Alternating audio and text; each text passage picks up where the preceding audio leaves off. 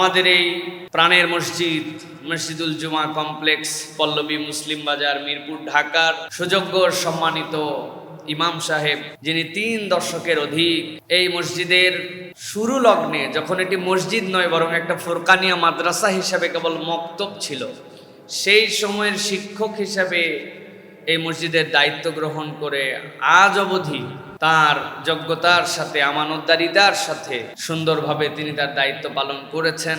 আলহামদুলিল্লাহ, আজকে তিনি এবং তার পরিবার, তার বয়স হয়ে যাওয়ায়, তার ছেলেরা উপযুক্ত হওয়ায় এবং তার শারীরিক কিছু প্রতিবন্ধকতার কারণে তারাই আমাদের কাছে প্রস্তাবনা রেখেছিলেন যে আমরা এই দায়িত্ব থেকে আপাতত অব্যাহতি চাই। সেই হিসাবে আজকে আমাদের শ্রদ্ধেয় ইমাম হাবিবুর রহমান সাহেবের বিদায় সংবর্ধনার আয়োজন এই মসজিদ করেছে। তার সাধ্য অনুযায়ী, মসজিদের সাধ্য অনুযায়ী তাকে সম্মানিত করে আমরা নজির স্থাপন করতে চাই যে আলেম, ওলামা, ইমাম, হাফেজ যারা মসজিদে দায়িত্ব পালন করেন, তাদের জন্য সরকারি পেনশনের ব্যবস্থা নাই, তাদের জন্য আলাদা কোনো প্রভিডেন্ট ফান্ড নাই। তারা যতদিন শরীরে শক্তি আছে এই খেদমত করেন, খেদমত শেষ হয়ে গেল তারা পুরোপুরি বেকার হয়ে যান। এই ধারাবাহিকতার ব্যতিক্রম ঘটিয়ে মসজিদ থেকে তাকে একটা সম্মানী দেওয়া, অগ্রিম কিছু বেতন তার যেন চলার পথের পাথে হয় সেটা দেওয়া, এবং মসজিদ তাকে যে সম্মানজনকভাবে আজকে দৃষ্টান্ত উপস্থাপন করে বিদায় দিচ্ছে, এটাও আমরা নজির স্থাপন করার জন্য আজকের মূলত এই জুমার পরবর্তী আপনাদের জন্য একটি প্রোগ্রাম। আমি এই দিকের আলোকেই আজকে কোরআন সুন্নাহর আলোকে আপনাদের কাছে যে বিষয়ের উপরে বক্তব্য রাখতে চাই সেটি হচ্ছে, একজন ইমানদারের নির্ধারিত দায়িত্ব শেষ হয়, কিন্তু আল্লাহর সাথে তার সম্পর্ক এবং দ্বীনের খেদমতের সাথে সম্পর্ক তার আমৃত্যু কিভাবে রয়ে যায়। আমরা আমাদের প্র্যাকটিক্যাল লাইফে একটা অফিসিয়াল জব থাকে, একটা ব্যবসায়িক পর্যায় থাকে, একটা হালত আমাদের জীবনে থাকে, বৈষয়িক ইনকামের ক্ষেত্রে মনে করি এইটার থেকে অবসর মানে সব অবসর। আসলে একজন ইমানদার প্রকৃতার্থে তার নির্ধারিত দায়িত্ব থেকে অবসর গ্রহণ করলেও আল্লাহর সাথে সম্পর্ক এবং দ্বীনের সাথে তার যে সম্পর্ক, এটা কিভাবে রয়ে যায়, এর উপরে আমি সংক্ষিপ্তভাবে কিছু কথাবার্তা আজকে বলতে চাই। সাথে সাথে বলতে চাই যে একজন ইমামের দায়িত্ব কত বড় দায়িত্ব, ইমামের দায়িত্ব যে ঠিক কত ব্যাপক, আল্লাহ রসুলের পক্ষ থেকে দেওয়া আমানত। কোরআন সুন্নাহর আলোকে 8টা পয়েন্টের আলোকে আপনাদের কাছে সংক্ষিপ্ত কিছু কথা এ বিষয়ে বলতে চাই। প্রথমে যেটা বলতে চাই, জীবন এবং সময় এটা আল্লাহ রাব্বুল আলামিনের পক্ষ থেকে দেওয়া বান্দার প্রতি সবচেয়ে বড় আমানত। প্রত্যেকটা মানুষের জীবনও আমানত, এই সময়টাও তার জন্য আমানত। আল্লাহ রাব্বুল আলামিন কোরআনুল কারীমের মধ্যে যতগুলা গুরুত্বপূর্ণ শপথ আল্লাহ রাব্বুল আলামিন করেছেন, এর মধ্যে সবচেয়ে বড় শপথ আল্লাহ করেছেন ওয়াল আসর, বান্দারে আমি তোমাদের জন্য সময়ের শপথ করলাম। আল্লাহ রাব্বুল আমিন সময়ের মহতাজ নয়, বরং সময়ের স্রষ্টা আল্লাহ।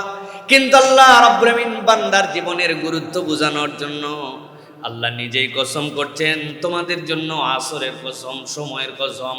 মুফাসসিরিনে কেরাম এটার ব্যাখ্যা করেছেন, নানান ধরনের ব্যাখ্যা আছে। ইমাম শাফি রহমতুল্লাহ আলাইহি থেকে সবচেয়ে বেশি যেই প্রমিনেন্ট কথাটা মানুষের বুঝের জন্য দেওয়া আছে, ইমাম শাফি রহমতুল্লাহ আলাইহি বলছেন, আমি তো সময়ের কসম এটা বুঝছি, কিন্তু এটার হালটা যেন আমার অন্তরের মধ্যে ঢুকে যায়, এই জন্য চিন্তা করতেছি কি জন্য আল্লাহ শপথ করলেন। অনেক ভাবতে ভাবতে সাপ্তাহিক হাট বার হয় বিভিন্ন এলাকায়, প্রত্যেক দিন বাজার হয়, কিন্তু কত এলাকা আছে যেখানে সপ্তাহে একদিন বাজার করার জন্য হাটে মানুষও জমা হয়, দোকানদাররা জমা হয়। ইমাম শাফি রহমতুল্লাহি আলাইহি এরকম একটা হাটের মধ্যে একদিন বিকালবেলা পৌঁছাইছেন। সূর্য যখন অস্ত যায় এরকম সময় কেনাকাটার জন্য হাটে যখন ঢুকবেন, ঢুকার পূর্ব মুহূর্তেই তার কানের মধ্যে একটা শব্দ আসছে, কে যেন হাটের ভিতর থেকে জোরে জোরে হাঁক ছাড়তেছে, পুঁজিওয়ালার পুঁজি নিঃশেষ হয়ে যাওয়ার আগে তোমরা তাকে উদ্ধার করে নাও, পুঁজিওয়ালার পুঁজি নিঃশেষ হয়ে যাওয়ার আগে তোমরা তাকে উদ্ধার করে নাও। তিনি ভাবছেন 2-3টা বিষয়, হয়তোবা কেউ তাকে আক্রমণ করে, হয়তোবা কেউ কাউকে গসব করে চুরি করে তার বোধহয় পুঁজি নষ্ট করে ফেলতেছে, নচেত কেন একটা মানুষ বলবে পুঁজি নিঃস্ব হয়ে যাওয়ার আগে তাকে উদ্ধার করো। এই হাটে বিক্রি হয় নাই, পুঁজি তো তার থাকবে, লাভ হোক লস হোক, পরের হাটে আবার নিয়ে এসে বিক্রি করবে। এই ডাক, এই হাট, এইটা শুনে শুনে তিনি যখন সেই ব্যক্তির কাছে পৌঁছালেন, যাওয়ার পরে দেখে ওই লোকটা আর কেউ নয়, ওই লোকটা হচ্ছে বিক্রি করছে আইসক্রিম, বরফ, বরফ বিক্রি করনেওয়ালা। সকালবেলা বরফ নিয়ে আসছে, দিনের গরমে আস্তে আস্তে বরফ গলে গলে নিঃস্ব হয়ে পানি হয়ে যাচ্ছে। ওই পানি যখন হয়ে যায়, ওই লোকের চালানি ছিল, পুঁজি ছিল ওই বরফ, ওইটা তো আর তার জায়গা মতো ফেরত আনার সামর্থ্য নাই। এই জন্য সে হাঁক দিয়ে বলতেছে, আমার পুঁজি শেষ হয়ে যাওয়ার আগে আমারে উদ্ধার করো। ইমাম শাফি রহমতুল্লাহ আলাইহি বলছেন, ওই দিন আমি বলা আসরের পূর্ণ ব্যাখ্যা বুঝে ফেললাম। মানুষ মনে করে তার বয়স বেড়ে যাচ্ছে, হায়াতের ডিউরেশন তার অনেক দীর্ঘ, বয়স কত 70 বছর, আমি সিনিয়র সিটিজেন। কিন্তু আসলে ওয়াল আসরের ব্যাখ্যা হচ্ছে মানুষের বয়স আর বাড়ে না, নির্ধারিত আল্লাহর দেওয়া হায়াত সময় থেকে তার গলে গলে শেষ হয়ে যায়।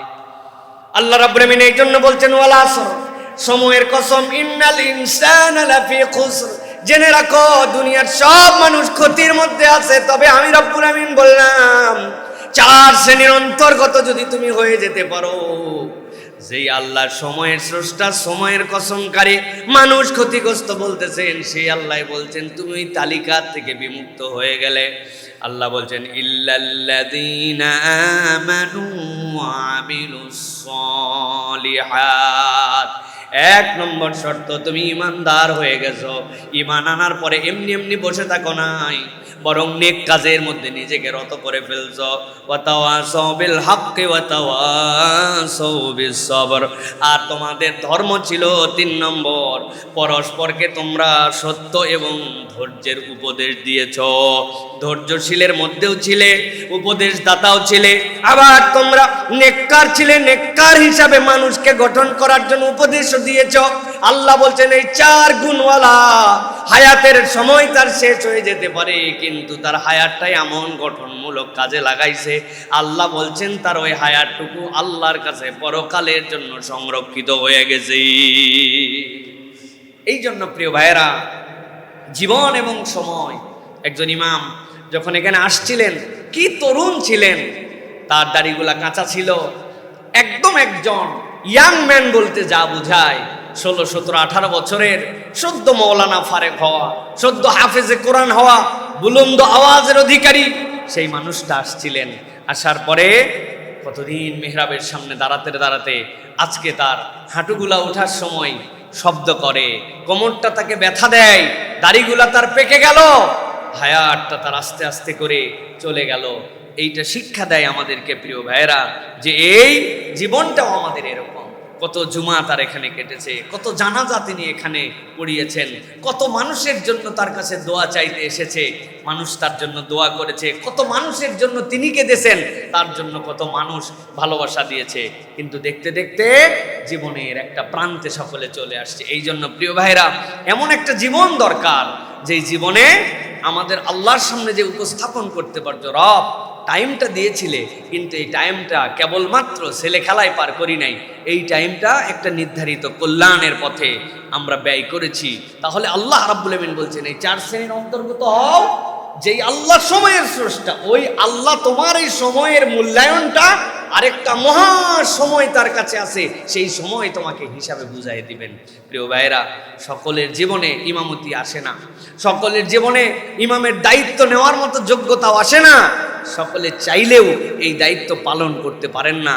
কত কে আসে 2 বছর পরে কমিটির সাথে বাদানুবাদ হয়, এলাকার মধ্যে বিভিন্ন ধরনের সুযোগ সুবিধা অসুবিধা নিয়ে তাকেও চলে যেতে হয়, কিন্তু একদম পিঠ টান করে একটা আল্লাহর মসজিদে 40 বছর কাটায় দেওয়া বলতে সহজ, কিন্তু হিসাবটা এত সহজ না, ঠিক কিনা?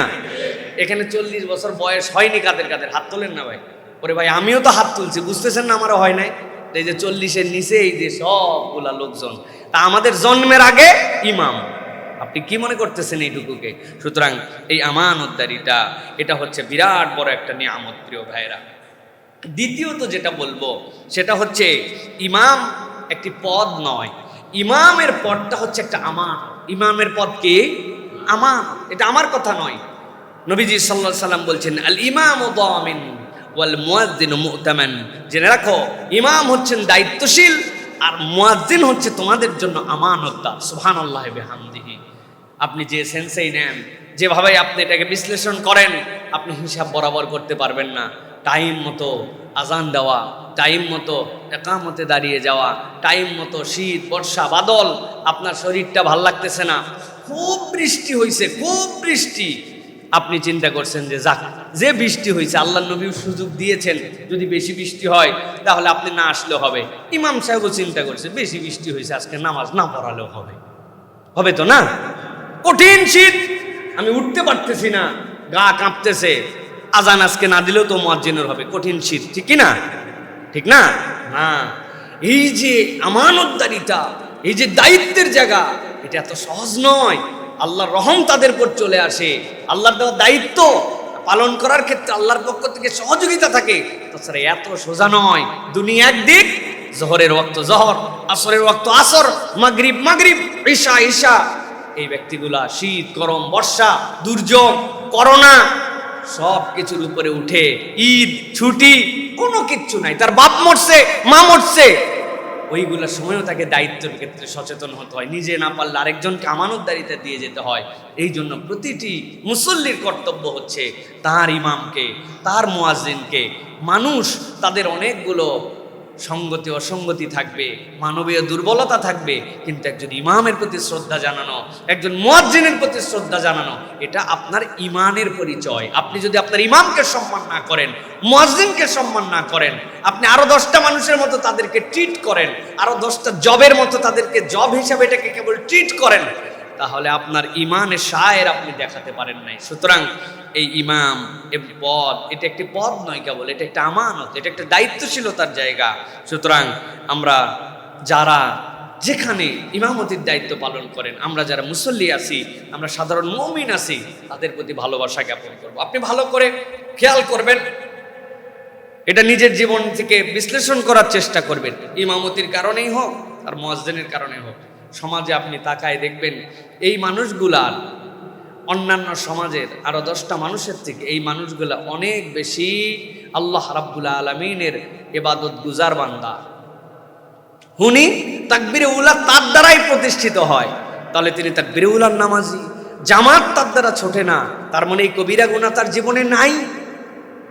সাধারণ মানুষের কাছে তার যে অবস্থানের কারণে বহু গুনাহ খাতার থেকে তাদেরকে আল্লাহ রাব্বুল আলামিন মাহফুজ করে রেখেছেন। হয়তো আপনার সমান টাকা তার নাই, হয়তো ভাড়া বাড়িতে তিনি থাকে, আপনি যেরকম বেধড়ক বাজার করেন উনি হয়তো বেধড়ক বাজার করে না, কিন্তু খেয়াল করলে দেখবেন ইমাম মুয়াজ্জিন তাদের অভাব জীবনে কারো কাছে পেশ করে না, বরং আল্লাহ রাব্বুল আলামিন তাদের দিলের মধ্যে যে শান্তি ঢুকাই দিয়েছেন এটা সাধারণ মানুষ পায় না। কথা ঠিক কি না? অতএব তাদেরকে সম্মান করা, তাদেরকে বন্ধু হিসেবে গ্রহণ করা, তাদের খোঁজ খবর নেওয়া, এটা আমাদের জন্য অত্যন্ত গুরুত্বপূর্ণ। 3 নম্বর যেটা বলবো প্রিয় ভাইয়েরা, মসজিদের সাথে সম্পর্ক কখনো অবসর নেয় না।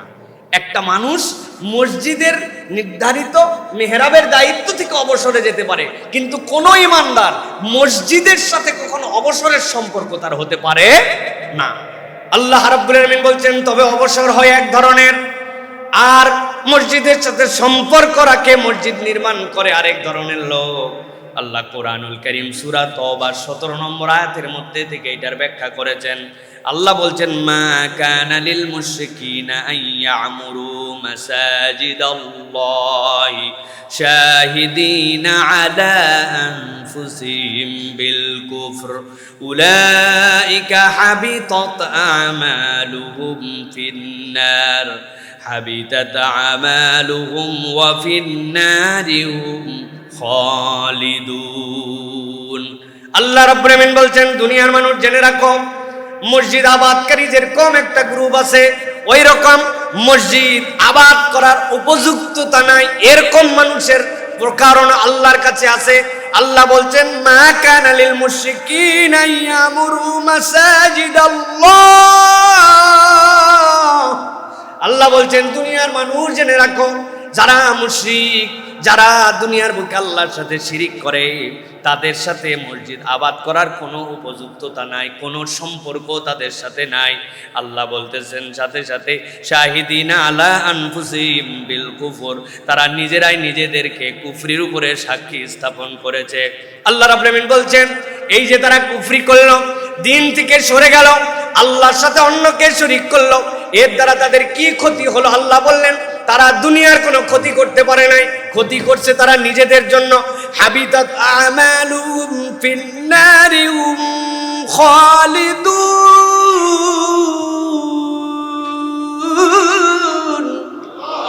আল্লাহ বলছেন ওই মানুষগুলা নিজেই নিজেদের ক্ষতি করেছে, নিজেদের আমলকে ধ্বংস করে দিয়েছে। এই এক গ্রুপ যাদের সাথে মসজিদের সম্পর্ক নাই, মসজিদের কল্যাণ তারা করতে পারে না। আল্লাহ বলছেন তাদের প্রয়োজনও নাই। কিন্তু এর বিপরীত এক শ্রেণীর মানুষ আছে, আল্লাহ বলছেন সেই মানুষের পরিচয় জানো নাকি? কি পরিচয়? ইন্নামা ইয়ামুরু মাসাজিদাল্লাহি মান আমানা বিল্লাহি ওয়াল ইয়াউমিল আখির ওয়া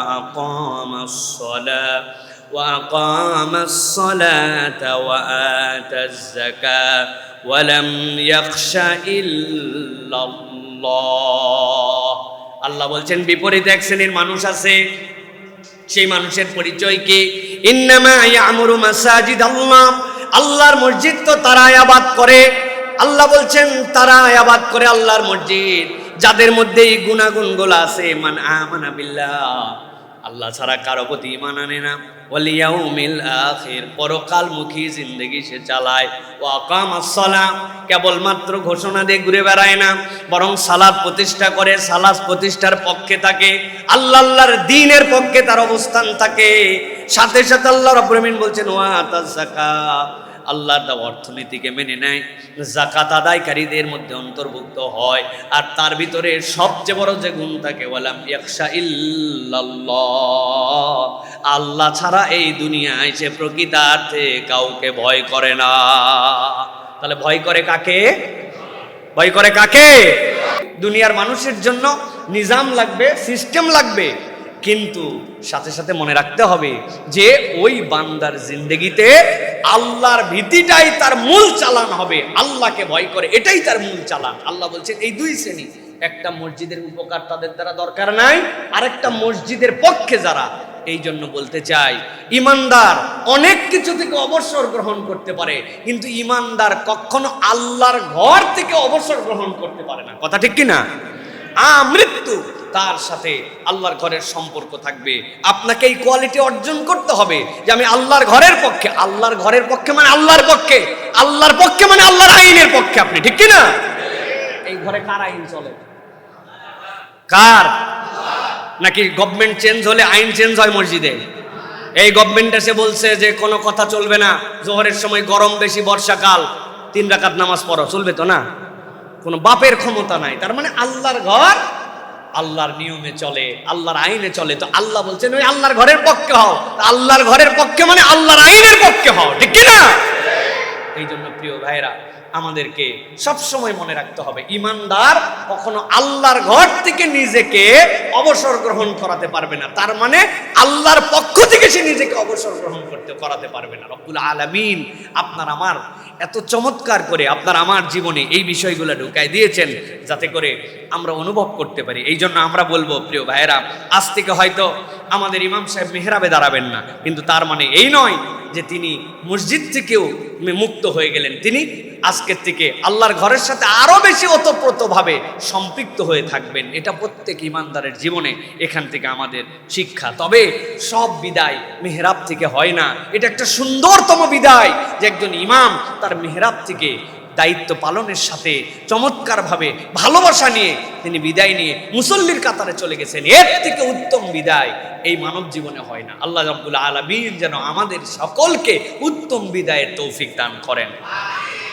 প্রিয় ভাইয়েরা, আমরা যেটা বলতে চাই যে যখন মানুষ নির্ধারিত কাজ থেকে ফারেগ হয় তখন তার আরো কতগুলা কাজ সম্পৃক্ত হয় তার জীবনে। যেমন তরুণদেরকে দ্বীনের পথে উৎসাহিত করা, মানুষকে আরো বেশি সালাতের দিকে আহ্বান করা, পারিবারিক সমস্যা সমাধানে 40 বছর অভিজ্ঞতা তার একটা বসার জায়গা থাকবে যেখানে পারিবারিক সমস্যা, তার কাছে কত বিষয় আসছে, কত তালাকের ফতুয়া, কত মাসালা, কত কিছু। এই অভিজ্ঞতাটুকুকে সমাজে আরো বেশি ইমপ্লিমেন্টেশন করা, সমাজে শান্তি ঐক্য প্রতিষ্ঠার জন্য তাকে উদ্যমী হওয়া, এই সকলগুলোই হচ্ছে দাওয়াতের দরজা, যেটা আল্লাহ রাব্বুল আলামিন আরো অনেকগুলো উইন্ডো খুলে দিচ্ছেন। এই জন্য আল্লাহ রাব্বুল আলামিন আমাদের সকলকে এই সকল নেক কাজের সাথে সম্পৃক্ত হওয়ার তৌফিক দান করুন। প্রিয় ভাইয়েরা, এরপরে যেটা বলবো সেটা হচ্ছে, কখনো বান্দার জীবনে নেক আমল থেকে অবসর গ্রহণ করা সম্ভব হয় না। নেক আমল মৃত্যু তার সাথে সম্পৃক্ত করতে হবে, এবং দুনিয়ায় থাকতে এমন ধরনের নেক আমলের অভ্যাস করে যেতে হবে, মরে যাওয়ার পরেও যেন অ্যাকাউন্ট বন্ধ না হয়। সুবহানাল্লাহ। আল্লাহ নবী সাল্লাল্লাহু আলাইহি সাল্লাম বলছেন, ইযা মাতাল ইনসান, মানুষ যখন মারা যায়, ইনকাতাত আনহু আমালুহু, মানুষের জীবনের সাথে সাথে তার আমল নামাটা স্থগিত হয়ে যায়। আল্লাহ রাব্বুল আমিন তার যে কিরামান কাতিবিন, দুইজন সম্মানিত ফেরেশতা তার সাথে সম্পৃক্ত রেখেছিলেন, স্টপ করে দেওয়া হয়, তোমাদের দায়িত্ব শেষ, আল্লাহর কাছে ফেরত চলে আসো। আল্লাহ রাব্বুল আমিনের নবী বলছেন, তবে জেনে রাখো, ওই ফেরেশতারা চলে গেলেও রব্বুল আলামিনের নিজস্ব ব্যবস্থাপনায় তার জন্য আরেকটা উইন্ডো খুলে যায়, আরেকটা দুয়ার তার জন্য খুলে যায়। তবে সকলের জন্য খোলে না। দুনিয়ার বুকে 3 শ্রেণীর কাজ যারা করে যায়, রব্বুল আমিন তাদের জীবনে সেই জানালাটা মৃত্যুর পরেও আল্লাহ রাব্বুল আমিন হাসরের ময়দানে হিসাব হওয়ার আগ পর্যন্ত তার জন্য খুলে দিয়ে রাখেন। আল্লাহ বলছেন, ইল্লা মিন সালাসাতিন, নবীজি বলে রাখেন 3 শ্রেণীর মানুষের মধ্যে থাকে। 1 নম্বর, ইল্লা মিন সাদাকাতিন জারিয়া, সে এমন নেক কাজ করে গিয়েছে যে সাদাকায়ে জারিয়া তার আমলনামায় চলতে থাকে। এক ব্যক্তিকে কোরআন শিখাই দিয়ে গিয়েছিল, সালাত আদায় করতো না, হাতে ধরছে, পায়ে ধরছে, বারবার বলে তাকে মুসল্লি বানায় দিছে। ওই মানুষ দুনিয়ার থেকে চলে গেছে, কিন্তু যে যতবার সিজদা দেয়, যতবার আল্লাহকে ডাকে, ওই ব্যক্তির কল্যাণে কোরআন পড়তে শিখেছিল, ওই ব্যক্তির কল্যাণে সে ভালো মানুষ হয়েছিল, নামাজি হয়েছিল, নেককার হয়েছিল, তাকে ওয়াজ করেছিল দান সাদাকা করেন। ওই ব্যক্তি আজকে মরে গেছে যে দান সাদাকা করেন বলেছিল, কিন্তু অভ্যাসটা বানায় দিয়ে গিয়েছিল, তার কারণে সে দান সাদাকা করতে শিখেছিল। আল্লাহ বলতেছেন, ওই ব্যক্তি আজকে নাই, আমল নামাও নাই, কিন্তু আল্লাহর পক্ষ থেকে তার আমল নামায় ওই নেক কাজ সাদাকায়ে জারিয়া হিসেবে কিয়ামত পর্যন্ত আমল নামায় লেখা হতে থাকবে। 2 নম্বরে নবীজিকে বলছেন, বলেন আও ইলমিন ইয়ানতাফাউ বিহি, এমন একটা জ্ঞান বিতরণ করে দিয়ে গিয়েছে যেই জ্ঞান দ্বারা অপর মানুষ কল্যাণ পায়। আপনি ভালো একটা স্কুল বানাই দিয়ে গেছেন, ভালো একটা মাদ্রাসা বানাই দিয়ে গেছেন, অথবা মাদ্রাসাও বানাতে পারেন নাই, স্কুল বানাতে পারেন নাই, সেটাই যেন ভালো পাঠন হয়, শিক্ষা কার্যক্রম যেন উন্নত হয়, তার জন্য আপনি কন্ট্রিবিউশন করছেন, সহযোগিতা করেছেন। অথবা এমন একটা মানুষ যে সমাজে ঝরে পড়ছিল, আপনি দায়িত্ব নিছেন, নিয়ে তাকে একটা ভালো মানুষ বানানোর জন্য চেষ্টা করছেন, জ্ঞান দিয়ে শিক্ষা দীক্ষায় বড় করে দিয়েছেন। আল্লাহ নবী বলছেন, মরে গেছো তুমি, কিন্তু আমলনামায় এই উপকারী জ্ঞান যেটা দিছো এটা চলমান থাকবে। সাথে সাথে আউওয়ালাদিন সালেহ ইয়াদউ লাহু, এমন নেক সন্তান রেখে গেছো যেই সন্তান তোমার জন্য দোয়া করে, এই সন্তান তোমার আমলনামায় সওয়াব। সুবহানাল্লাহ। এমন সন্তান রেখে গেছেন যেই সন্তান পরোপকার করে, মানুষের কল্যাণ করে, বাপমার ইজ্জতটুকু রাখছে, কিচ্ছু না, শুধু নেক সন্তান হিসেবে চলাফেরা করে, এইটুকুই আপনার জন্য আল্লাহ রাব্বুল আলামিনের কাছে নাজাতের ওসিলা হয়ে যাবে। সুবহানাল্লাহ। এইটাই বোধহয় বুঝতে পারছি ইহুদিরা, বুঝতে পাই আমাদের কাছে ঘোষণা দিছে, এই জন্য 2টি সন্তানই যথেষ্ট, একটা হলে ভালো, না হলে তো কথাই নাই, ঠিক না? না হলে কথাই নাই, বাইসে গেলেন, একবারে ফাঁসার থেকে বাইসে গেলেন। এদের সন্তান এতগুলা, এই তো আমি গতকালকে আসছি, সুবহানাল্লাহ বিহামদি। ইউরোপ আমেরিকায় যদি আপনি দেখেন, এই যে বেবি স্ট্রলার আছে যেইগুলা, আমাদের দেশে তো খালি একজনরে বসানোর জন্য একটা পাওয়া যায়, ওদের দেশে 2 তলা, নিচে 2টা, উপরে 2টা, এক বাপ এক মা 4 সন্তানকে একসাথে যেন ঠেলে নিয়ে যায়, এইরকম বেবি স্ট্রলার পাওয়া যায়। জিজ্ঞাসা হলো, ভাই আপনাদের এলাকায় 10-12 বছরের বাচ্চাকে তো বেবি স্ট্রলারে ঠেলেন, তাই না? কয় বছরের বাচ্চারা ঠেলেন? 1 বছর, 2 বছর, 3 বছর, হাঁটতে পারে না, এইগুলাই তো।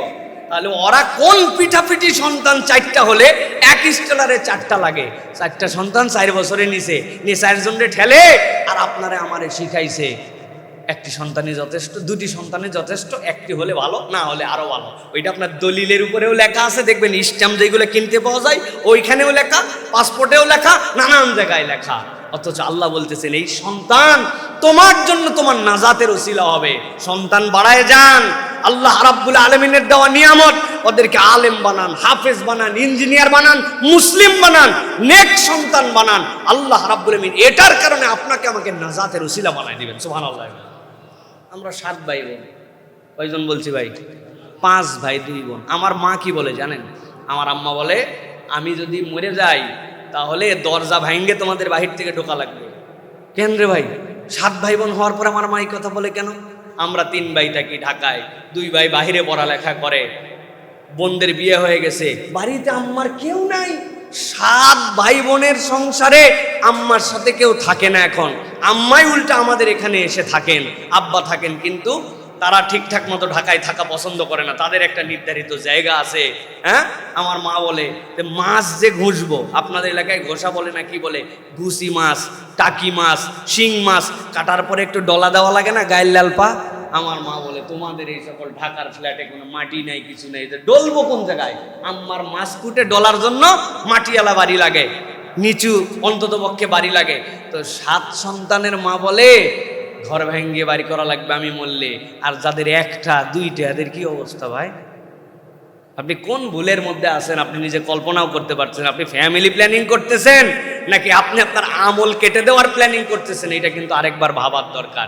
এই জন্য আল্লাহ নবী বলছেন ওয়ালাদুন সালিহুন ইয়াদউ লাহু, তোমার সন্তান তোমার নাজাতের ওসিলা হবে। তুমি আমল কম করে যেতে পেরেছো, কিন্তু তুমি নেক সন্তান রেখে গেছো। ওই নেক সন্তান 50 বছর বয়স পেয়ে 50 বছর সালাত আদায়কারী হয়েছে, তুমি তাকে সালাত আদায়কারীর পক্ষে রেখে গিয়েছিলে। 50 বছর কবরে শুয়ে তোমার সন্তানের আমল নামার সব তুমি তোমার আমল নামায় পাবে। সুবহানাল্লাহ। এই জন্য প্রিয় ভাইয়েরা, আমাদেরকে মনে রাখতে হবে নির্ধারিত কাজ থেকে আমাদের অবসর আছে, কিন্তু এমন প্ল্যানিং আমাদের জীবনে থাকতে হবে আমি চলে যেতে পারি, আমার পথ থাকতে পারে না পারে, এই জায়গায় আমার অবস্থান থাকতে পারে না পারে, কিন্তু আমার আমল নামা যেন কন্টিনিউ হয় আল্লাহর কাছে। সেই প্রক্রিয়াটা আমাদেরকে তৈরি করে দিয়ে যেতে হবে। ইমামতি এরকম একটা প্রক্রিয়ার জায়গা। কত মানুষের সাথে তার সম্পর্ক ছিল, কত মানুষকে কল্যাণের দিকে ডেকেছেন, কত মানুষ খারাপ সেন্সে নিছে, তারপরে ওটা বন্ধ করেন নাই। ওই মানুষগুলা তার পিছনে মুক্তাদি হয়ে গিয়েছিল, একটা ভালোবাসার সম্পর্ক তৈরি হয়ে গিয়েছিল।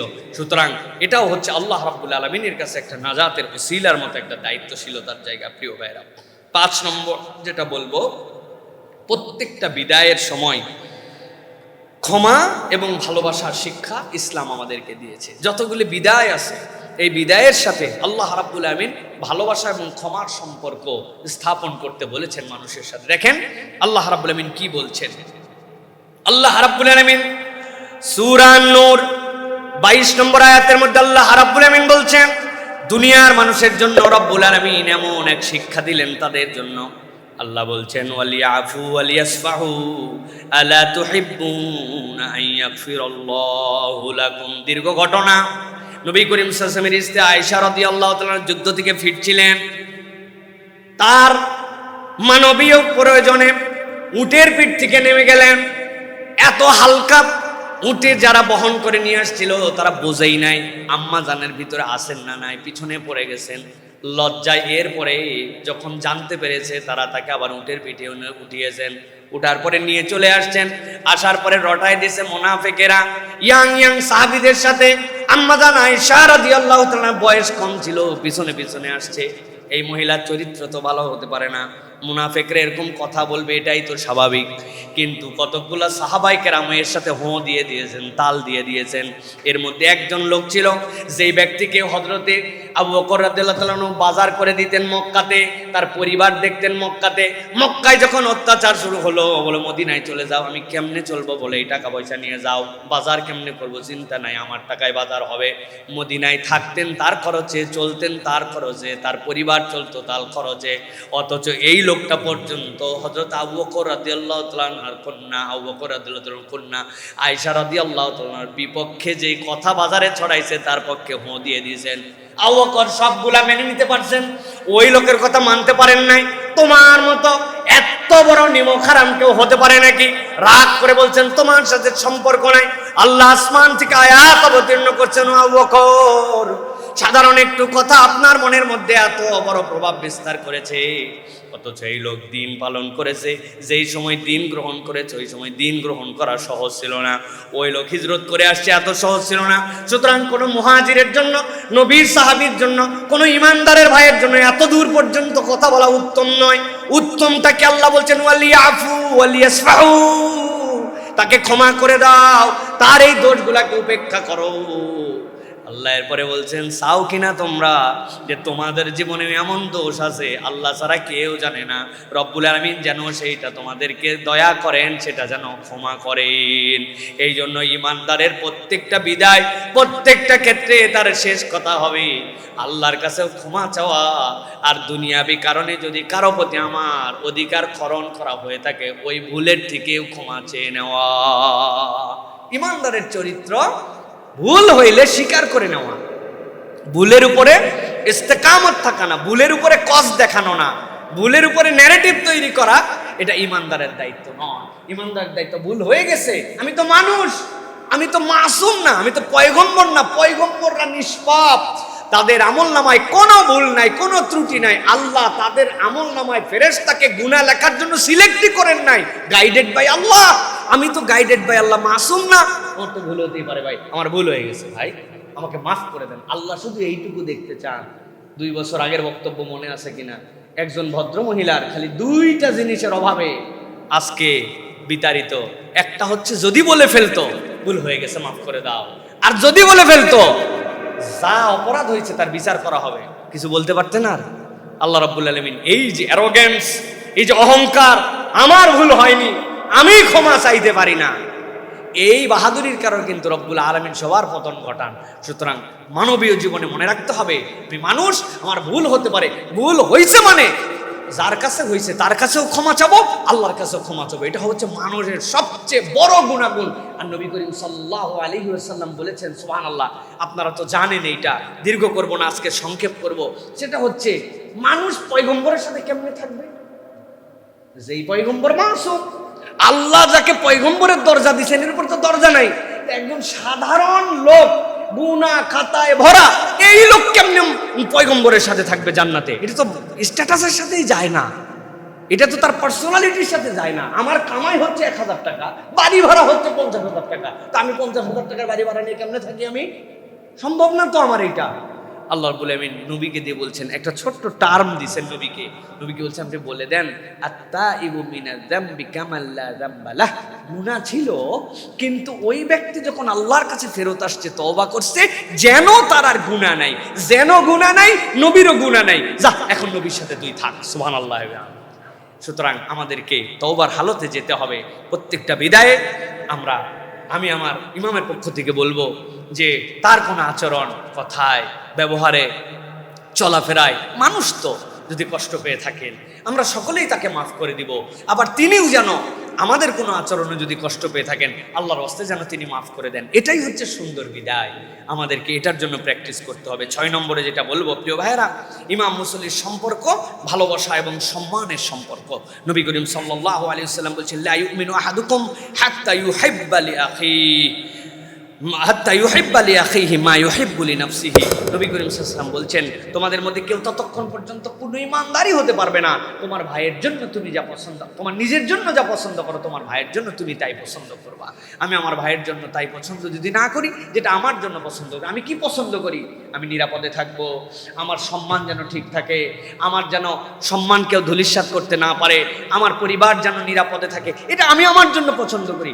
আপনাকে আপনার অপর ভাইয়ের জন্য ঠিক একই জিনিস পছন্দ করতে হবে। আপনি মনে করেন আমি ভালো থাকবো, এর ক্ষতি হলে হোকগা, আপনার মনের মধ্যে যদি এটা থাকে, আপনি তাহলে মানুষের কাতারে এখন পর্যন্ত আসতে পারেন নাই। বিশুদ্ধ মানুষ হতে হলে নবী করিম সাল্লাল্লাহু আলাইহি ওয়াসাল্লাম বলছেন, তুমি ঈমানদারই হতে পারো নাই, তুমি অপর ভাইয়ের জন্য তাই কামনা করো না যা তুমি নিজের জন্য কামনা করো। এটা আমাদের চরিত্র হতে হবে। প্রিয় ভাইরা, আল্লাহ যেন আমাদেরকে এই চরিত্র গঠন করার মতো তৌফিক দান করেন। 7 নম্বর পয়েন্ট যেটা বলবো, সেটা হচ্ছে পরবর্তী প্রজন্মের হাতে দ্বীনের আমানত তুলে দিতে হবে। প্রিয় ভাই, কি রেখে যাচ্ছি আমরা, আমাদের জীবনে কি রেখে যাচ্ছি, এটা আমাদেরকে ভালো করে মনে রাখতে হবে। সবচেয়ে বড় আমানত যেটা, সেটি হচ্ছে আমরা আমাদের পরবর্তী প্রজন্মের কাছে দ্বীনের আমানত তুলে দিয়ে যাচ্ছি কিনা। অনেক কিছু দিয়ে যাচ্ছি, ব্যাংক ব্যালেন্স অনেক আছে, একটু হিসাব করে দেখেন, জমি জমা অনেক আছে, চেষ্টা করে যাচ্ছি ভবিষ্যতে যেন অন্যদিকে তাকে তাকাতে না হয়, কিন্তু আমি আমার দ্বীনের আমানত দিচ্ছে কিনা। বাচ্চা কাচ্চার দিকে একটু তাকায় দেখেন, আগেকার বাচ্চা কাচ্চা যেগুলি ছিল তাদের মধ্যে আদব ছিল, ভদ্রতা জ্ঞান ছিল, কোরআনুল কারীম বিশুদ্ধভাবে তেলাওয়াত করতে পারত, জানাজার সালাতের বিধিবিধান জানতো, ন্যূনতম এই মানুষগুলোর মধ্যে একটা দিনদারি ছিল। এটার নাম ছিল দ্বীনের আমানত তুলে দেওয়া। আর এখন ইংরেজিতে যেন পারঙ্গম হয়, ভালো স্কুলে যেন পড়ে, অনেক যেন তার অন্তত ঢাকায় যেন আমি ভাড়া বাড়িতে থাকছি, তারা যেন অন্তত ভাড়া বাড়িতে না থাকে, নিজের বাড়িতে থাকতে পারে। এই চিন্তা খারাপ চিন্তা নয় একবারে, কিন্তু দ্বীনের আমানতদারিতা আমরা দিয়ে যেতে পারছি কিনা, এটা ইনক্লুডিং মি, আমারও বাচ্চা কাচ্চা অনেকগুলি, আপনাদের অনেকের আছে। একটু চোখ বন্ধ করে ভেবে দেখেন, যদি আমরা ভাবতে না পারি তাহলে যে ইনিশিয়েটিভ নিতে হবে সেই ইনিশিয়েটিভ আমাদেরকে নিতে হবে। আল্লাহ রাব্বুল আলামিন কোরআনের 66 নম্বর সূরা, সূরা তাহরিম, সূরা তাহরিমের 6 নম্বর আয়াতের মধ্যে জগৎবাসীর জন্য অত্যন্ত পরিচিত আয়াত, আল্লাহ রাব্বুল আলামিন মানুষের জন্য বলছেন, ইয়া আইয়ুহাল্লাযীনা আমানু, হে ঈমানদারগণ, আমি তোমাদেরকে আদর করে ডাক দিলাম, ইয়া আইয়ুহাল ইনসান বলি না, ইয়া আইয়ুহান নাস বলি না, ইয়া আইয়ুহাল্লাযীনা আমানু কু আনফুসাকুম ওয়া আহলিকুম নারা ওয়াকুদুহান নাসু ওয়াল হিজারা। আমি তোমাদের জন্য নসিহত করলাম, ওই ঈমানদারেরা নিজে আগুন থেকে বাঁচাও, তোমার পরিবারকে আগুন থেকে বাঁচাও। তার মানে এমন কাজ, এমন কর্মপদ্ধতি, এমন আদর্শ, এমন চেতনা, এমন রাজনীতি, এমন নৈতিকতা তোমার জীবনে যেন না থাকে যেটা তোমাকে জাহান্নামের দিকে নিবে। তুমি নিজেও বাঁচো, তোমার পরিবারকে বাঁচাও। আল্লাহ বলছেন, আর জেনে রাখো, জাহান্নামের লাকড়ি কিন্তু অন্য কিছু হবে না। জাহান্নামের লাকড়ি হবে 1 নম্বর মানুষ, আর 2 নম্বর যখন ওই মানুষের পরেও জাহান্নাম ঠান্ডা না হবে তখন কিন্তু সেখানে পাথর দেওয়া হবে। ওই পাথর আর মানুষ কিন্তু জাহান্নামের জন্য খাদ্য হবে। আল্লাহ বলছেন, আলাইহা মালাইকাতুন গিলাজুন শিদাদুন লা ইয়াসুনাল্লাহ মা আমারহুম ওয়া ইয়াফআলুনা মা ইউমারুন। আল্লাহ বলছেন, ওই জায়গায় কোনো কোমল হৃদয়ের ফেরেশতা পাবে না, কঠোর হৃদয় ফেরেশতা সেখানে থাকবে। তাদের চরিত্রই হবে আল্লাহর হুকুমকে পুঙ্খানুপুঙ্খভাবে পালন করা। আল্লাহ তাদেরকে যা হুকুম দিয়েছেন এই হুকুমের থেকে এক চুলো এদিক ওদিক যাবে না। এই জন্য আল্লাহ বলছেন, জাহান্নামকে ভয় করো, জাহান্নামের লাকড়ি হওয়া থেকে ভয় করো। ইয়া আইয়ুহাল্লাযীনা আমানু, ও ঈমানদারেরা, কু আনফুসাকুম ওয়া আহলিকুম নারা, নিজে জাহান্নাম থেকে বাঁচাও, পরিবারকেও জাহান্নাম থেকে বাঁচাও। এই পরিবার আপনার নিজের ঘর থেকে শুরু করে, নিজের মহল্লা থেকে শুরু করে, নিজের মুসল্লি থেকে নিজের সমাজ, নিজের ওয়ার্ড, নিজের এলাকার সবগুলাই কিন্তু আপনার দায়িত্বশীল। সাবেক কমিশনার সাহেব এখানে বসে আছেন, এমপি সাহেব বসে আছেন। আপনি যদি মনে করেন হ্যাঁ আমার দলের এমপি আমি হয় নাই, আপনি যদি মনে করেন আমার দলের কমিশনার হয় নাই, আপনাকে আল্লাহ যেই পর্যন্ত চৌহদ্দির দায়িত্ব দিয়েছেন, আপনি ইন্টেনশনালি এইগুলা মানুষকে জাহান্নাম থেকে বাঁচানোর চেষ্টা করেছেন কিনা, সে গ্রহণ করুক না করুক এটা তার দায়িত্ব, কিন্তু আপনার চেষ্টা ছিল কিনা, এই জিম্মাদারি কিন্তু আল্লাহর কাছে হিসাব বরাবর করা লাগবে, ঠিক না? আপনি এলাকায় পানির জন্য অনেক কাজ করলেন, ড্রেনেজের জন্য অনেক কাজ করলেন, কিন্তু আপনার এলাকায় তাওহীদ যেন প্রতিষ্ঠিত হয়, আপনার এলাকায় যেন শিরিক মুক্ত মানুষ হয়, আপনার এলাকার যারা ইসলাম বুঝে না তাদের কাছে ইসলামের দাওয়াত যেন পৌঁছায়, এটাও আপনার আমানতদারিতার অংশ। আপনি খালি ড্রেন সাফ করা কমিশনার না, এমপি না, আপনি খালি এলাকার রাস্তা বানানোর দায়িত্ব আল্লাহ আপনাকে দেয় নাই, বরং জাহান্নাম থেকে আপনি বাঁচানোর জন্য কি নিষেধ দিয়েছেন এইটা আল্লাহর কাছে আপনাকে হিসাব দিতে হবে। কথা ঠিক কিনা? এমপি সাহেবের জন্য বলছে জোরে ঠিক, আর নিজের বাড়িতে নামাজ পড়ানো নিজের বউ, এই জায়গায় ঠিক নাই না। ফজরের সময় আপনি সুন্দর করে তসবিহ পড়তে পড়তে অবস্থা খারাপ করে ফেলতেছেন, আপনার বাচ্চা কাচ্চা সব শুয়ে আছে, ওই ঠিক কখন? ওই ঠিকটা কখন? প্রিয় ভাইয়েরা, এই জন্য আমাদের সবসময় মনে রাখতে হবে পরবর্তী প্রজন্মের কাছে সবচেয়ে বড় যে নিয়ামত দিয়ে যাব সেটার নাম হচ্ছে ঈমানের আমান, ঠিক কিনা? আমাদেরকে এর জন্য চেষ্টা করতে হবে প্রিয় ভাইয়েরা, আল্লাহ যেন আমাদেরকে সে আমল করার তৌফিক দান করেন। এই জন্য প্রিয় ভাইয়েরা, আমাদের মসজিদে শিশুদের জন্য কোরআন শিক্ষার কার্যক্রম, তরুণদেরকে ইসলামমুখী করা, পরিবারগুলোকে দ্বীনের সাথে সম্পৃক্ত করা, নতুন প্রজন্মের মাঝে সালাতের ভালোবাসা তৈরি করা। হ্যাঁ, একজন ইমামের সবচেয়ে বড় সফলতা কি? ইমাম মানে আমাম নয়, ভালো করে বুঝেন। ইমাম ওই হামজার নিচে, আলিফের নিচে যখন জবর জেড দিছেন তখন ওটাতে হামজা হইছে। ওই ইমাম বানান একরকম আর আমাম বানান একরকম। আমাম হওয়া সহজ, তিনজন আছেন একদম সামনে সামনে চলতেছে, এই তো আমাম। আমাম মানে সামনে, আর ইমাম মানে সামনে না। এখন আমি ইমাম না, আমি আমাম। সবাই মিলে সামনে দায়িত্ব দিয়েছে, মাসে একটা বেতন পাই, এই জন্য আমি সামনে দাঁড়াইছি, আমি ইমাম হতে পারি নাই। ইমাম হতে হলে আপনার মধ্যে এই কোয়ালিটি থাকতে হবে, এলাকার ফিকির থাকতে হবে, যুবকদের জন্য ভাবনা থাকতে হবে, তরুণদের জন্য ভাবনা থাকতে হবে, মসজিদের কমিউনিটি কেমনে বিল্ড আপ হয় এটার জন্য চেষ্টা করতে হবে। মানুষ যেন দিনমুখী হয়, আল্লাহমুখী হয়, আল্লাহর আইনের প্রতি যেন তাদের মহাব্বত তৈরি হয়, আল্লাহর আইন দিয়ে যেন বিশ্ব চলে, দুনিয়া চলে, এইটার পক্ষে যেন অবস্থান তৈরি হয়। আপনার এই দায়িত্ব যদি নিজের প্রতি নেন তবে ইমাম, না হলে বাকিটা আমাম। আমাম তো সকলেই, সামনে দাঁড়ালেই আমাম, ঠিক কিনা ভাই? এই জন্য আমাদেরকে ইমাম হওয়ার জন্য চেষ্টা করতে হবে। আর একটা দোয়া আপনাদেরকে আগে শিখাইছি, মনে আছে কিনা প্রিয় ভাইয়েরা? কথা না বলি, এই মসজিদের একটা আদব এবং সুন্নত আছে। এই মসজিদের আদব এবং একটা সুন্নত আছে। এই মসজিদে কেউ কারো ঘাড়ের উপর দিয়ে ডিঙ্গাইয়া বিগত 12 বছরে আসার মতো কারো ধরনের নজির এখানে নাই। 9:30 মসজিদে আসে অনেকে, 8টায় আসে, এরকম লোক আছে, শুয়ে থাকে, কাতার ধরে, তারপরে নামাজ কালাম পড়ে। আজকে নির্ধারিত একটা প্রসঙ্গে আমাদের অনেক মেহমানরা আসছেন, আমি বাকি মুসল্লিদেরকে বলবো তারাও উপরে চলে যাবেন 4তলা 5তলা পর্যন্ত। আপাতত একটু বসতে দেন ভাইদেরকে, যে বসুক, এরপরে ইনশাল্লাহ তারা তাদের জায়গায় চলে যাবে ইনশাআল্লাহ। আমাদের এই মসজিদে সেক্রেটারি, সভাপতি, তারাও 9:30টার সময় এসে বসে থাকে। ওনারা জানে যে কোনো সিস্টেম নেই এই জায়গাতে যে আপনি ঘাট ডেঙ্গায় পেছন দিয়ে এসে উঠে পড়বেন, কোনো সিস্টেম নাই এখানে। বিদায় মানব জীবনের শেষ কথা নয়। আমরা অনেক সময় বলি বিদায়, আসলে বিদায় মানব জীবনের শেষ কথা নয়। বিদায় ওই সময় আমাদের জন্য শেষ, যেই সময় আল্লাহ রাব্বুল আলামিন আমাদেরকে যাবতীয় হিসাব নিকাশ করায় পরে আল্লাহ যখন বলবেন জাহান্নাম থেকে নিষ্কৃতি দেওয়া হলো, এখন জান্নাতে যাও, ওটা হচ্ছে বিদায়। আল্লাহ রাব্বুল আলামিন করতে বিদায় করে চিরদিনের জন্য জান্নাতে ঢুকাই দিবেন। এর আগ পর্যন্ত এটা বিদায় নয়, সাময়িক প্রস্থান, একটা অবস্থান থেকে আরেকটা অবস্থানে পার হওয়া। আমাদের যে মৃত্যু বলি আমরা যেটা, এটাও কিন্তু আমাদের জন্য বিদায় নেই, ইন্তেকাল বলা হয়। ইন্তেকাল মানে কি? এক অবস্থান থেকে আরেক অবস্থানে পরিবর্তন হয়ে যাওয়া। সুতরাং এটা চিরস্থায়ী বিদায় আমাদের জন্য নয়। আল্লাহ রাব্বুল আলামিন কোরআনুল কারীমের মধ্যে বিষয় বলেছেন, সূরা তাওবার মধ্যে এসেছে 105 নম্বর আয়াতের মধ্যে। আল্লাহ রাব্বুল আলামিন বলছেন, ওয়াকুল ই'মালু ফাসায়ারাল্লাহু আমালাকুম ওয়া রাসূলুহু ওয়াল মুমিনুন وستردون إلى عالم الغيب والشهادة فينبئكم بما كنتم تعملون। আল্লাহ বলছেন তোমরা আমল করতে থাকো, আমল করতে থাকো, বন্ধ করে দিও না। আল্লাহ রাব্বুল আলামিন তোমাদের আমল কন্টিনিউ দেখতেছেন। আর জেনে রাখো তোমাদের আমলটা কিন্তু আল্লাহ রাসূলও দেখেছেন, মুমিনরাও তোমাদের আমলটা দেখে। তোমরা তোমাদের আমলকে অব্যাহত করে রাখো। আমরা অনেক সময় মনে করি এই আমল যদি মানুষকে দেখায় তাহলে তো রিয়া হয়ে যাবে না। এমন কতগুলো আমল আছে এইটা আপনার করার দায়িত্ব, মানুষ দেখে ফেলবে।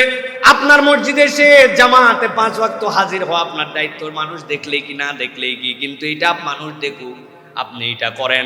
যাকাত আপনি আদায় করে দেন, যাকাত আদায় করলে কাকে দিচ্ছেন সে তো জানবে, আপনি এটা আদায় করে ফেলেন। এমন একটা দান আপনি করতেছেন, আপনি দান করলে অন্যরা উৎসাহিত হতে পারে, ওই দানটা আপনি দেখাই করলে ওইটা রিয়ার হুকুমের মধ্যে আসবে না। আল্লাহ রাব্বুল আলামিন বলতেছেন এই জন্য তোমরা আমল করতে থাকো, করতে থাকো। এই আমল আল্লাহ দেখেন, কিছু মুমিনও দেখে ফেলে, নবীও তোমাদের দেখে। আল্লাহ রাব্বুল আলামিন এরপরে বলছেন, ওয়াসাতুরাদ্দুনা ইলা আলিমিল গায়বি ওয়াশ শাহাদা ইলা আলিমিল গায়বি ওয়াশ শাহাদাতি ফায়ুনাব্বিউকুম বিমা কুনতুম তা'মালুন।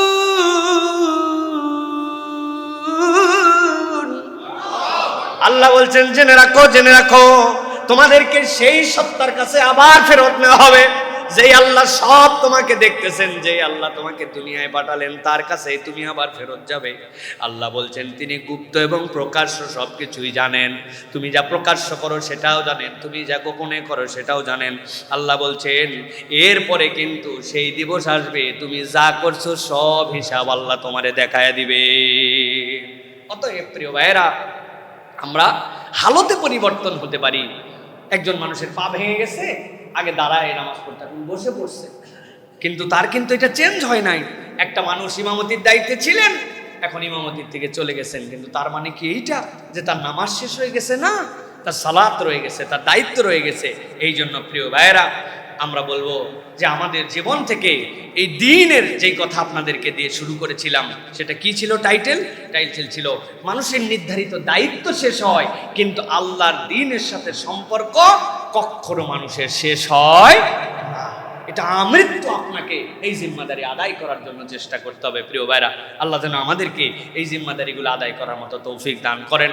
আমরা আবারও বলতেছি, আজকে আমাদের এই মসজিদে সম্মানিত খতিব, যিনি 3 দশক ইমাম, 3 দশকের অধিক আমাদের এখানে দায়িত্ব পালন করেছেন, এই মেহরাব যাকে চেনে, এই জায়নামাজ যাকে চেনে, এই মাটি যাকে চেনে, হাজার হাজার বার এই মসজিদে যার পা পড়েছে, প্রত্যেকটা মসজিদের প্রত্যেকটা ইট কাঠ, প্রত্যেকটা জিনিসের সাথে যার মায়ার বন্ধন, ভালোবাসার বন্ধন। এই মসজিদ যখন মসজিদই হয় নাই, ফুরকানি একটা মাদ্রাসা ছিল, সেই সময় থেকে আপনার আমার যখন জন্মই হয় নাই, তখন থেকে তিনি দায়িত্ব পালন করতেছেন। আজকে তিনি আনুষ্ঠানিকভাবে এখান থেকে যাচ্ছেন, কিন্তু তাকে আমরা আনুষ্ঠানিকভাবে এই কথা বলছি না যে তিনি এখান থেকে আনুষ্ঠানিকভাবে চলে যাচ্ছেন, হয়তো দায়িত্বটা থেকে সরে যাচ্ছেন তিনি। তো আমরা তার এই বিদায়ের যে ক্ষণ, এটা যেন আল্লাহ রাব্বুল আলামিন তার জীবনে বারাকাপূর্ণ করেন। আমাদের জীবনে যেন এই ক্ষণটুকুকে, যেহেতু তাকে উপহার দিতে পারতেছে, যারা এর সাথে সম্পৃক্ত হয়েছেন সকলকে যেন বারাকা দান করেন। আমাদের সম্মানিত অনেক মেহমানরা আজকে তাদের নির্ধারিত অনেক দায়িত্বের বাইরে এখানে এই ছোট্ট মসজিদে এই কার্যক্রমের সাথে উদ্বুদ্ধ করতে, অংশগ্রহণ করতে তারা এসেছেন। তাদেরকে আমরা মসজিদের পক্ষ থেকে কৃতজ্ঞতা জানাচ্ছি, ভালোবাসা জানাচ্ছি। এবং এইটা আমরা এত আনুষ্ঠানিকভাবে এই জন্য করছি, ইমামদের, খতিবদের আসলো চলে গেল, কে আসলো, কেমনে চলে গেল, কেউ খবর রাখে না। না তার পিএফ আছে, না তার অন্য কোনো ধরনের ফান্ড আছে, না তার অবসরকালীন কোনো হিসাব আছে। কাজও শেষ, অক্ষম তো অক্ষম হয়ে চলে গেছে। মসজিদে আমাদের বেলাল ভাই বসে আছে, আপনার অনেকেই তাকে চেনেন। দীর্ঘদিনের মুয়াজ্জিন, বাজার করে বাড়িতে আসতেছিল, ট্রাক মেরে দিছে পেছন থেকে বেড়ে দেওয়ার পর 1.5 মাসের মতো অজ্ঞান হয়ে পড়েছিল। লক্ষ লক্ষ টাকার ট্রিটমেন্ট খরচ হয়েছে। ছোট্ট একটা মসজিদ, বেতন পায় 20,000, তার আবার খরচ কেমনে হবে? আজ পর্যন্ত নতুন আমাদের হাফেজ সানি ইমাম আছে, কিন্তু আমাদের বেলাল ভাই কিন্তু আমাদের সাথে আছে। তাকে মসজিদ 5-6 লক্ষ টাকার ট্রিটমেন্ট করাইছে, বাড়ি ভাড়া সহ। এখন পর্যন্ত প্রত্যেক জুমায় আমরা কিছু তার জন্য সহযোগিতা করি, বন্ধন কিন্তু আমরা ধরে রাখছি। সুতরাং ছোট্ট মসজিদ হলেও এটা একটা কালচার এই জায়গায় আছে। এই খুতবা এই মসজিদে 13 বছর প্লাস 14 বছরে আমি ছোট্ট মানুষ দিচ্ছি, এখনো ছোট, তখন আরো কত ছোট ছিলাম, কত কালবৈশাখীর ঝড় গেছে, কত বিগত আমলের সময় কঠিন কঠিন পরিস্থিতি গেছে। আল্লাহর দয়ায় মসজিদুল জুমা কমপ্লেক্স থেকে একটা সত্য কথা বলা বন্ধ করা হয় নাই, ঠিক কিনা? আপনারা এটা দেখছেন, আলহামদুলিল্লাহ। আমরা অনেক নায়ক খুঁজে পাই, কিন্তু মসজিদের মেম্বারের ইমামরা নিভৃতে মানুষের হৃদয়ের মধ্যে ঈমান জাগায় রাখছিলেন। হয়তো সরাসরি কথা না বললেও অ্যাঙ্গেলে, সাইডে বিভিন্নভাবে কথা বলে মানুষকে উজ্জীবিত করে রেখেছিলেন। ওই উজ্জীবিত মানে কি? আপনি এমন কাঠ, যেই কাঠ চুলাতে দেওয়া মাত্র আগুন ধরে যায়, ওইটা স্যাঁতসেঁতে ভিজা, চলে না। ওই কাঠ দিলে ধোঁয়া দিয়া আগুন জ্বলাতে জ্বলাতে অবস্থা খারাপ হয়ে যায়। অন্তত চুলা না জ্বলুক, কাঠগুলা রেডি। এরকম পরিবেশ পরিস্থিতির মানুষ ছিল বলেই অল্প সময়ের মধ্যে আমরা পরিবর্তন দেখতে পাইছি, ঠিক কিনা?